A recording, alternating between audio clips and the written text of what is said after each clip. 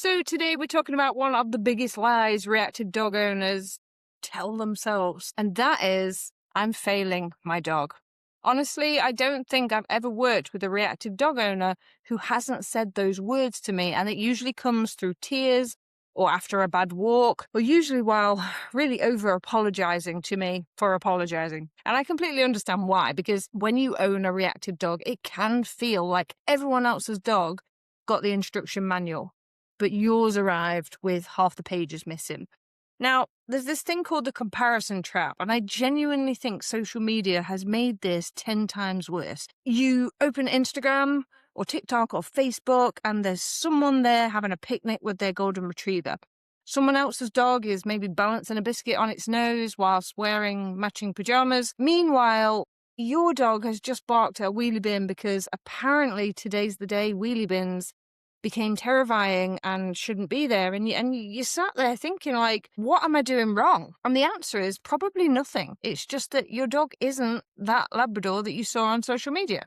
You know, success looks very different for different people and also different dogs. And I think one of the biggest problems is that we've all been sold the same picture of success. A dog that walks perfectly to heel through a busy town centre. They never bark, they never pull, they never react.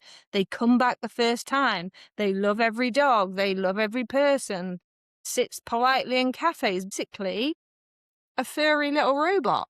And then, like, reactive dog owners are judging themselves against that and what social media is portraying in that 20 to 30 second clip. But here's the thing, like, that isn't the goal for every dog. I think we can very easily judge ourselves by other people's highlight reels. And I'll always laugh because someone might message me saying, Claire, I saw this trainer online and the dogs are amazing. Yeah, because they probably filmed the amazing bit. Like, you didn't see the 17 takes beforehand, or where the bit where maybe the dog nicked half the sandwich. You know, social media is a highlights reel, whereas dog ownership is not. And you know what's funny? Active dog owner, how their walk went, and they tell you about the one reaction, not the other 45 minutes. Like, you could have had 20 brilliant check-ins, passed 5 dogs beautifully, walked past the cyclist, managed a squirrel, maybe a spaniel appears from nowhere, and your dog reacts, and then suddenly the whole walk was awful. No. 5 seconds was awful. The rest of it was actually pretty good. You know, I always find it ironic that reactive dog owners feel like they're failing when actually they're probably putting more effort into their dog than the average owner ever has. You bought the books, you're watching the YouTube videos, you're listening to the podcast, joining webinars, spending endless amounts of money on trainers, changing your routines, changing or not even going on holiday, changing the hours that you walk, bought 17 different leads because apparently this one was going to solve everything. Spoiler, it didn't. And then comes the guilt, and you feel guilty because your dog reacted in that 5 seconds. You feel guilty because you then start to get frustrated with them, or you felt guilty because you tell yourself that you should have spotted the trigger early. And honestly, reactive dog owners would apologize to a tree if they accidentally looked at it the wrong way. So here's something I'd really love you to start asking yourself.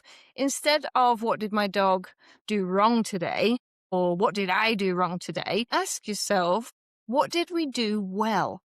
Because when you start to gather a list of all the good things that have happened, that's where your confidence starts growing. Maybe your dog recovered quicker. Maybe they looked back at you every single time they saw a trigger.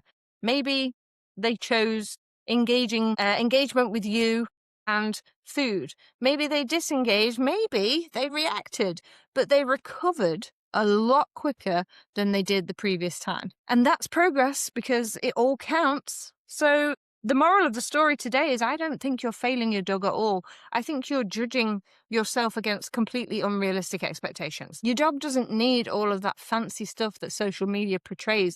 They just need someone to keep showing up and supporting them. Someone who wants to understand them. Someone who's willing to learn the depths of their body language and their communications and their feelings. And if you're listening to this podcast, I'm going to bank money on the fact that that's already you. So if today's episode hit a little close to home, I'd love to help you to build that confidence even further.